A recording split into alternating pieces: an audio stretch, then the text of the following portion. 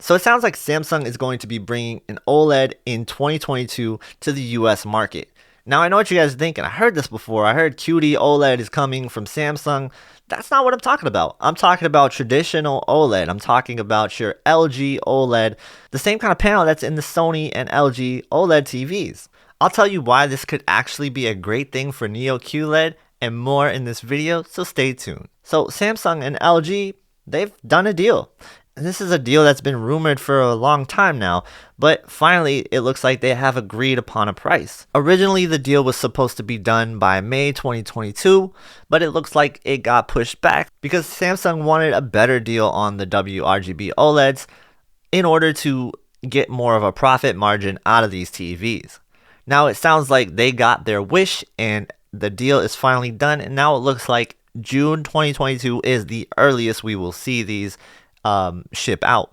Now that doesn't mean that'll be the official release date, but we'll see. It could be June, July, maybe they'll even push it back to August, who knows. And when I hear that 2 million units, and they also plan on selling 3 million Neo QLED units according to the same article, that tells me that they're definitely thinking about putting that OLED in their lineup. And now let me tell you why this is actually a brilliant idea. The facts are that people love OLED and some people love LCD. There's no way around it. Some people will just absolutely only buy OLED and some people will only buy LCD TVs. I personally like both of them, and I think that they all have their strengths and weaknesses. So last year, I bought an LCD TV as my main TV. This year, I went with an OLED TV, but I still use that QLED TV all the time. Now, I have my moments where I really think that QLED is way better than OLED, and I also have my moments where I think OLED is better. And it just depends on the environment that you're in. So I think if you're in a darker room, you gravitate towards an OLED naturally. If you're in a brighter room, there's no competing with an LCD when it comes to LCD versus OLED. So you have to keep those things in mind, and I think that's something that Samsung is going to have to keep in mind when they're selling these TVs on the consumer market. And so really Samsung has been missing out on so much market share of the OLED TV lover fan base because some people, like I said, only buy OLED TVs. So they're missing out on so much money, and I think they're starting to realize that. It would be so much better for them if they had an OLED in their lineup, and it makes sense. So they're not admitting defeat and admitting that OLED is the superior technology, especially in what I would do. I would definitely strategize it and make it feel like Neo QLED is still the more dominant force in my lineup. So let's take a minute. I'm going to go ahead and put myself in Samsung's shoes, and I'll be the guy that's selling you the TVs. So here is me working at Samsung Electronics. This is what I'm doing with my product line. So you have your entry level, which is going to be the 7 and 8000 series. These are your typical entry-level LCD TVs. Next up from that, you have the regular QLED lineup, which is going to be the Q6, the Q7. Now the Q7 is their more premium edge-lit TV. But beyond that, you have the regular QLED, which is going to be the Q80. That's a full array display. And then, of course, you have the step up. Then you go to the Neo QLEDs. That's going to be the QN series. And what we have this year is the QN85B and the QN90B. Now, where am I going to place OLED in this whole situation? Well, I would place it right below the Neo QLED range. And yes, even the QN85B. Hear me out. So let's talk about why I would put the OLED right below the Neo QLEDs. The number one thing to understand here is the typical customer base that you're dealing with is going to be people that need a TV for their living room. And most living rooms are going to be in a brighter environment. And sometimes you don't have the luxury of allowing yourself the perfect light control in your room. So if you have a brighter room, automatically your head is going to go towards a Neo QLED or a different LCD display, because OLED just doesn't have the brightness capability to match a QLED or a top-end LCD TV in those situations. Because honestly, OLED is no match for LCD in a bright environment. That's just my opinion, but I know a lot of people also share that opinion as well. And having this type of strategy will allow them a lot of flexibility in selling these TVs in their lineup. Whether you believe the Neo QLED is better than OLED, that's a whole nother question, and it all depends on your situation. But I guarantee you Samsung will make you believe that Neo QLED is superior than OLED, even though they're selling OLED themselves. So how would they do that? I'll tell you what, it's not going to be by dumbing the TV down. It's not going to be by making it a 60 hertz panel. No, not at all. It's just going to be giving you the same OLED experience that you have with LG. But here's the twist. They offer a brightness advantage with their Neo QLEDs. And I would say that the majority of people that I talk to when I'm recommending a TV and they're talking about the space that they're in, they're talking about, I need a TV for a bright room. And I say, well, the Neo QLED is probably your best bet.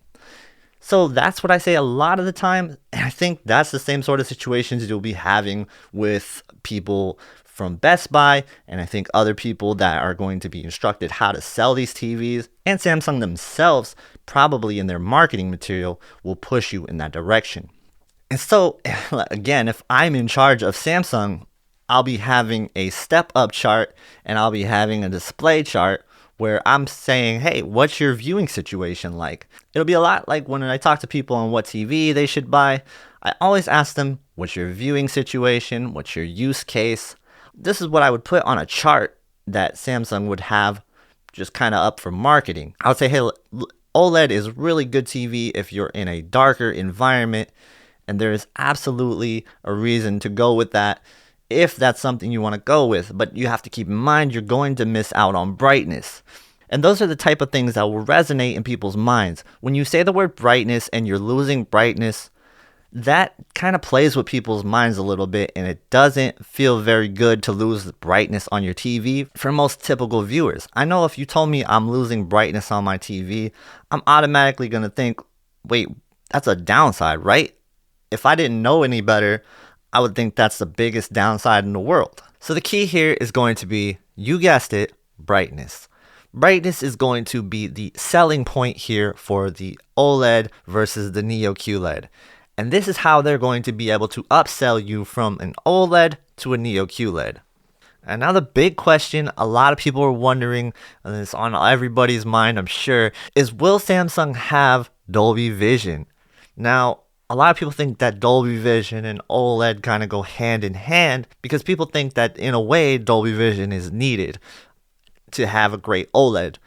And the truth is Dolby Vision and HDR10, they're not really that much different. And in most content, I promise you that most of you probably wouldn't be able to tell the difference. Will they have Dolby Vision? And I think that there's a possibility they could absolutely have Dolby Vision. If they do have Dolby Vision, it will come to their Neo QLED lineup as well. And that's not to say they'll give up on HDR10+. I absolutely think they're going to keep pushing HDR10+. But both of these can work together in the same marketplace. It's not going to have to be a competition. Samsung can embrace this if they want to. The fact is they don't really need to though. But if it's something they definitely want to pick up, then they'll do it. But I'll say this about Dolby Vision. I think the whole debate about I need Dolby Vision on my Samsung TV, I feel like it's a little bit overrated. A big mistake to me would be to place the OLED at the same price as the Neo QLED, like the QN85B or the QN90B. If those are the same price as the OLED, I think that's a mistake. And I also think that's sort of admitting defeat in a way if you did that. So pricing it below the Neo QLEDs, I think that's the way to go. If I'm Samsung, that's what I would be doing.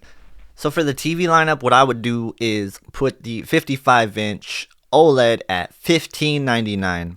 Then I would put the Neo QLED QN85B at $16.99. And then I would put the QN90B at $17.99. You could even go $14.99 for the OLED, $15.99 for the Neo QLED QN85B, or $17.99 for the QN90B. $17.99 is like my prediction for the QN90B. This is what I think it's going to be. Now, the next question is, what kind of panel did they get? Did they get the Evo panel? Did they get the EX panel? What did they buy from LG? Is it a 60 hertz panel? Is it a 120 hertz panel? I do believe it'll be an Evo panel. I don't know if it'll be the EX panel. I would be shocked if it was a 60 hertz panel, especially with 2 million of them. I don't think they're going to dumb them down at all. Like I said, if I'm in charge, I'll do the strategy that I implied there in this video, and I wouldn't be shocked, and I honestly wouldn't be shocked if that's what they did. So stay tuned. Maybe they'll do that. Let me know in the comments. Is that something you guys would do? Would you do something similar to what I described? What would be your plan for the OLEDs if you were in charge of Samsung? Let me know in the comments below. Are you excited for Samsung OLED? I know that I am. I am so excited for it. Why? Game Motion Plus. And if you want to learn more about Game Motion Plus, I have a video all about that at the end of this one. Thank you guys so much for watching. Have a great day, and I will see you in the next one.